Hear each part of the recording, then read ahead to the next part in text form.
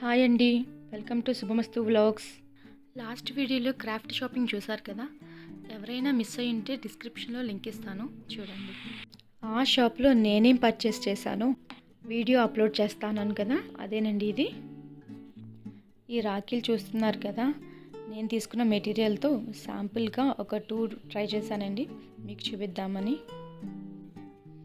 ఇప్పుడు ఈ రాఖీకి కావాల్సిన మెటీరియల్స్ ఇంకా నేనేం పర్చేస్ చేశానో చూసేద్దాం.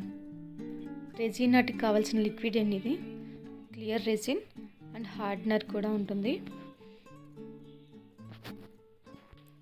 ఇవి రెండు 2:1 రేషియోలో మనం తీసుకోవాలి. 3:1 కూడా ఉంటుంది ఈ లిక్విడ్స్లోనే. నెక్స్ట్ మౌల్డ్స్ తీసుకున్నానండి. ఇవి కీ చైన్ మౌల్డ్స్ అండ్ ఇది Rakhi mould and pen mould. ఇది గోల్డ్ ఫ్లేక్స్ అని రెజిన్కి యూజ్ చేస్తాము. ఇది కలర్స్, రెజిన్ కలర్స్ శాంపుల్గా ఒక చిన్నది తీసుకున్నానండి.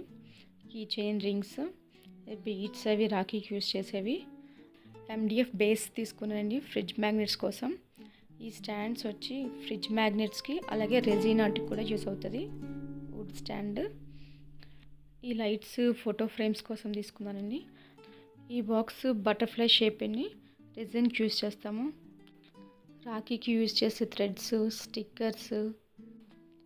ఇది కటింగ్ షీట్ అండి, క్రాఫ్ట్ వర్క్ యూజ్ అవుతుంది. ఇవి మినియేచర్ ఐటమ్స్ అండి, fridge magnets, photo frames, decoration ఐటమ్స్కి యూజ్ చేస్తాము. ఎలిఫెంట్, షీప్, డక్స్ కూడా ఉంటాయండి మినియేచర్వి. వీటిలో చాలా వెరైటీస్ ఉంటాయి. నేను వెళ్ళిన షాప్లో మినియేచర్ ఫ్రూట్స్ కూడా ఉన్నాయి.